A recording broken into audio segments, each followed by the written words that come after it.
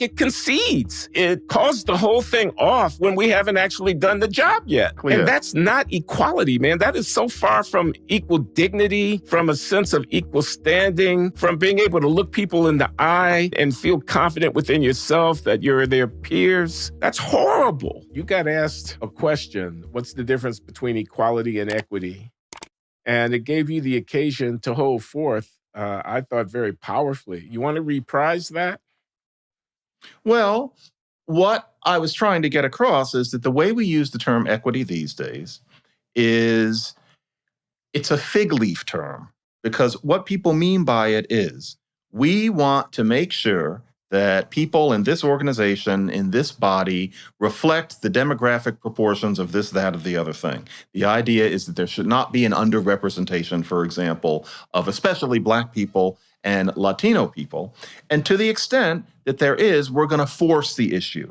When you say you're for equity, you don't mean that you're just for equality. What you mean is that draconian measures are going to be taken, always involving relaxation of standards, although you may think of it as reconceiving them, but it's always relaxation of standards, with the idea being that true equality must be forced. If there isn't this equality, it must be because of racism, for example, and that therefore special methods are necessary to ensure this equality. Those methods are about equity.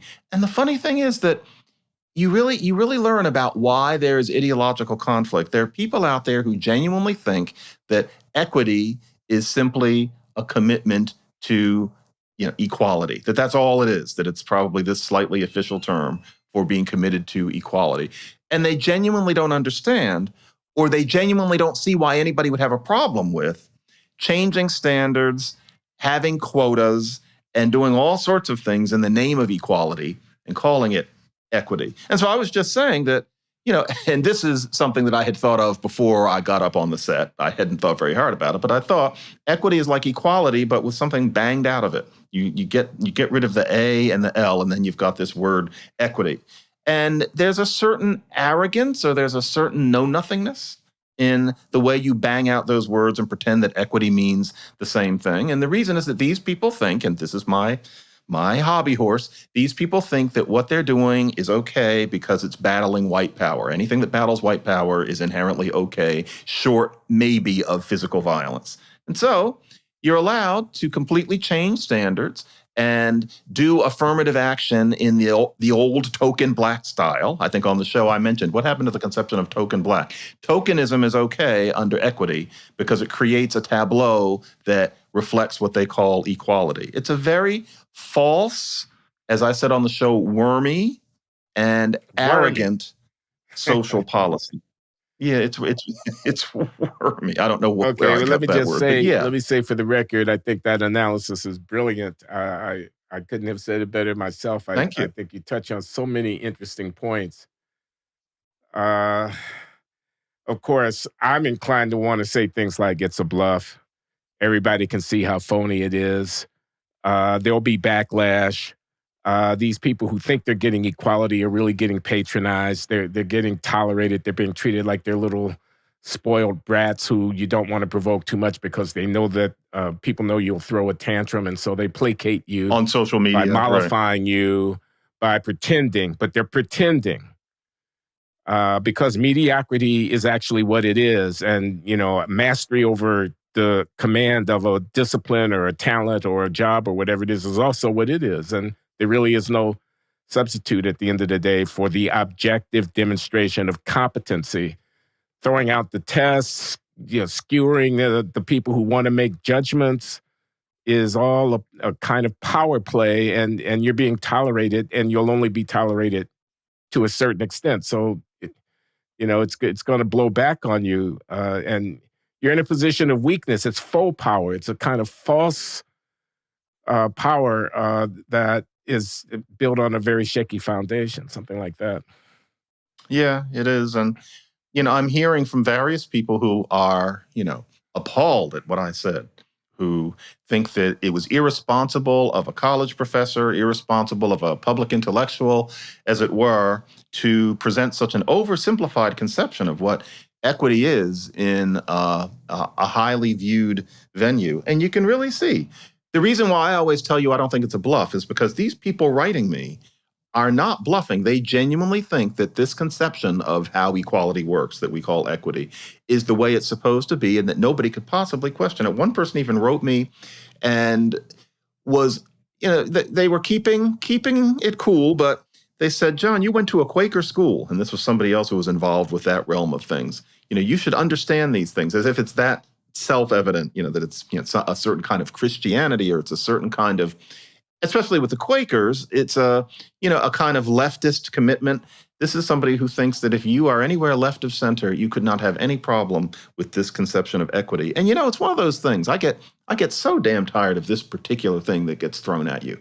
You're oversimplifying, they say. But the same people who tell you that you're oversimplifying and speaking in clear language and having a little bit of emotion, just a little, will talk exactly that way, write exactly that way about racism. The people who tell you you're oversimplifying will happily write about 2023 as if we're in about 1955, and nobody will say anything, and nobody in their world will say anything. No editor will have anything to say to them. It's disgusting.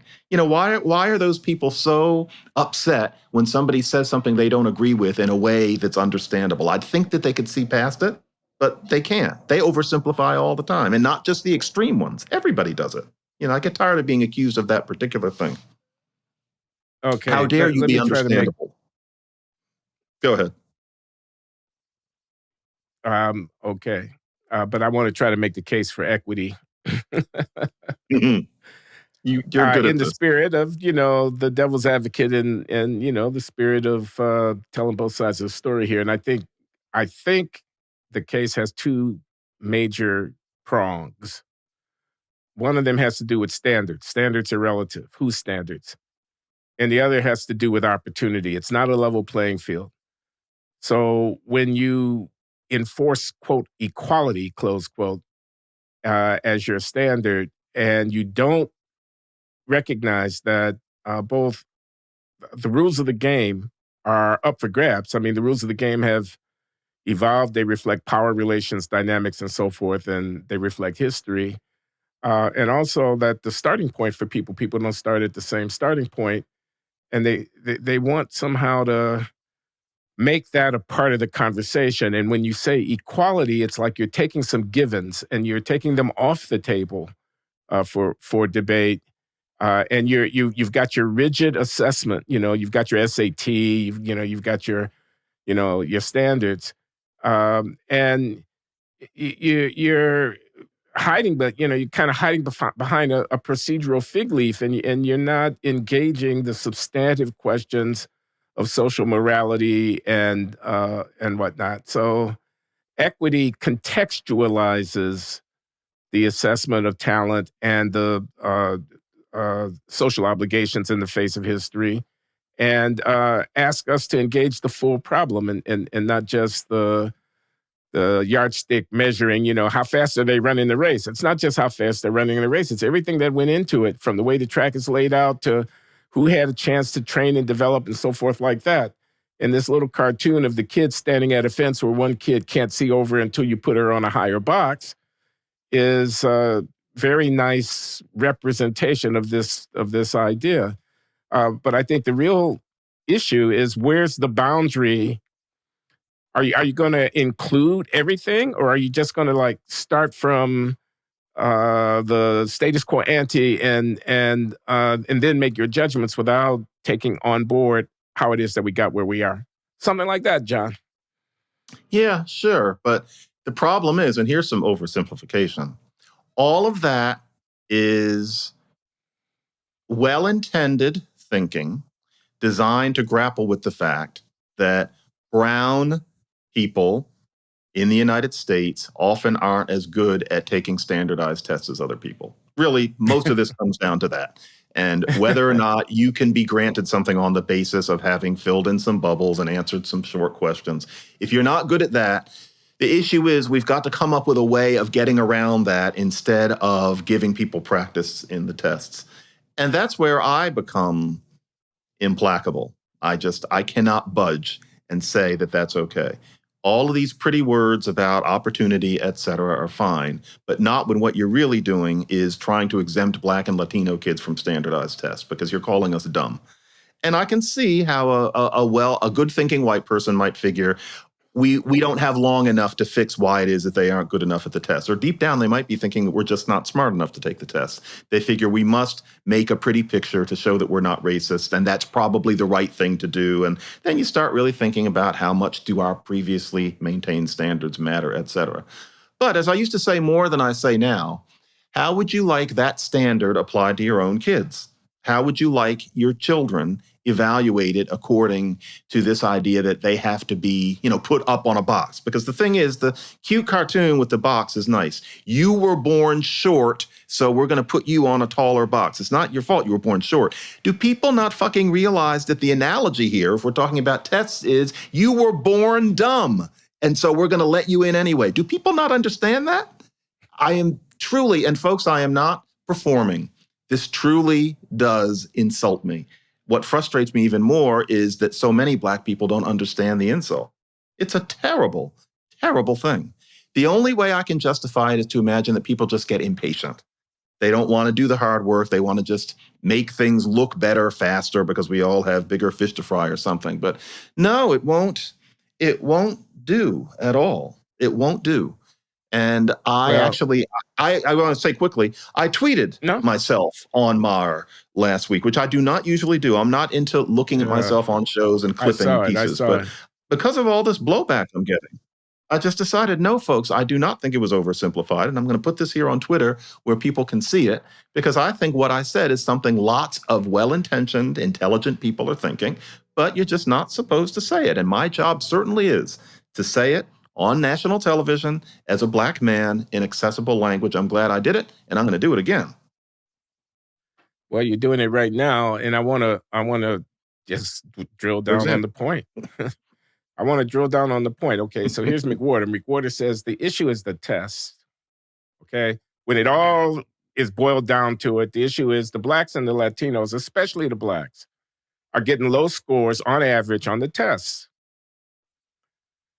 And all of this smoke, all of this stuff they've thrown up in the air is a cover for the terrifying possibility that we might not be that smart on average. Now, I assume the McWhorter that I know and love thinks we actually are on average, at least in our basic inherent capacities as smart. But he doesn't want us to be exempted from having to certify that we actually have command over the material by doing the tests. Okay? So this dodge that people are willing to engage in about getting rid of the tests, where they really are living in bad faith, they're not actually facing the existential challenge. They're not taking life seriously in a way. I'm putting words in your mouth now, but this is what I hear. And you're just not going to stand for it. And what I want to ask you is, how do you know it's not true that we're not as smart if we're not doing that well on the tests? Yeah, that's a legitimate. Yeah. That's a legitimate question. And we're going to get in trouble for even discussing it. But anybody who thinks we can't discuss it as being religious and not logical. Yeah, how do I know? And you know what? I don't know. However, I sense it very powerfully from my experience with people of all colors over the past 57 years. And I don't think that we've been given a chance to show what we can do. And, one thing that makes it rather clear to me is, as we've discussed, kids of African and Caribbean ancestry have much less of a problem with this sort of thing than Black American kids. I don't know of data that show that a Nigerian immigrant's kid does better on those sorts of tests, but I know anecdotally that it is certainly true that, that things like the SAT don't throw that kid as easily as they throw a native-born Black American kid. And frankly, it's the same genes, or if anything, here in America, there's more mixture with white people. And so for me, that is one piece of evidence that it's cultural. And this is very anecdote, but I'm going to use it because I was thinking it as I saw it. On my way, I'm not going to, I can. On my way back from Antwerp, back from Brussels, I had occasion to be near a guy. And he was, you could tell from, little things he would say to the flight attendant, tea or coffee or something like that. He's a Black American man, He wasn't African. He wasn't Caribbean. He's from Cleveland or something. And he's on the plane. It was a 7.5-hour flight. I happened to notice that this guy had no reading material of any kind, never picked any up. He didn't have a Kindle or anything like that. He didn't read the whole time. He didn't watch a movie. He didn't watch any TV. At one point, he picked up the little thing that shows pictures of what you're supposed to do if the plane crashes, as if anybody would be alive down there to do it. But he takes a look at that, and then he takes a look at the magazine, but he never really reads it. That guy just sat there the whole time, often just looking off into space. And he wasn't that sleepy. He wasn't sleeping most of the time. Hey, Jack. And you know what? Now, there could have been any number of things going on, but I remember looking at him and thinking, he's not interested in anything whatsoever. He doesn't have any interest. He's a human being without any interest. And it got me thinking, I wonder if he grew up in a home where he was never pointed towards anything in the natural give and take of things. What's interesting? What do you look at? What do you pay attention to? In his upbringing, clearly nothing much. Now, that may not have been a Black story. It may have just been him. But I remember thinking, the difference here, I'm very close to done. The difference here is that you imagine South Asian kids growing up where even if their parents aren't intellectuals, there's a sense just from intonation, you better do well on that test. You have to worry about that test. I don't think that guy's parents spoke that way. They didn't say, don't pay attention to the test, but they weren't telling him to be interested in anything. Now, I'm on thin ice here because I don't know anything about this person, but it got me thinking about how people are raised. What interests you? That's culture. That's not his brain or his IQ, I admire your courage and your candor because, you are kind of out there on a limb. You're talking about culture and people would get mad at you. And it's anecdotal. Mm-hmm. You're telling a story about a particular person. You don't have systematic data, so they'll say you don't know what you're talking about. One guy I don't even know. Yeah. Although it has the power of the novelist anecdote in the sense that, the vivid, concrete illustration captures something that we all know from our common sense lived experience, as it were, is true about people. And I expect the generalization that you're making across racial, ethnic lines is broadly true. I mean, I think it's hard to deny that. But I want to step back a little bit because I want to distinguish between this argument, the causal argument. We have differences in performance on the test. What are the rudimentary bases of these? Is it, some kind of genetic thing going on? Is it a cultural thing going on? The causal argument, and we could argue about that all day. But there's a difference between that and the philosophical kind of existential. I keep wanting to use that word again because I'm thinking about the existentialist. I'm thinking about the idea of, living up to the possibilities of your freedom, about being honest with yourself about life. And the idea that you don't know for sure about the inferiority question, about the question, okay, they're doing less well on the test. How do you know it's because they're not just on average less intelligent? You don't believe it. I don't believe it. You don't want to believe it, but you don't know. And the temptation, the temptation to run from the inescapable necessity of demonstrating your competence, both to others and to yourself, by embracing this narrative of historical victimization and this kind of, you think you get an exemption, this kind of, I'm going to trump your performance card with my moral claim, my claim of, anti-racism in this case. The equity move that you're critiquing is in a way a kind of try to play that card that the historical mistreatment of my people therefore entitles me to be exempt from, your enforcing of a certain standard of judgment. And I think there's no way around that dilemma, the dilemma of having to demonstrate your competency. I mean, if I were to say on a banner or a bumper sticker, Black people have something to prove, that we're not more criminal, that we don't neglect our children, that we're just as smart as anybody else. We have the burden of dispelling the suppositions about us that some people are inclined to arrive at based upon what they see in the world. And we don't, That's respectability politics. They have a name for it. I mean, the idea that you would even take that up. So I think, I don't want to put words in your mouth, but one of the things that terrifies me about getting rid of the test is it concedes. It calls the whole thing off when we haven't actually done the job yet. Yeah, that's exactly And it. that's not equality, man. That is so far from equal dignity, from a sense of equal standing, from being able to look people in the eye and feel confident within yourself that you're their peers. That's horrible. It is.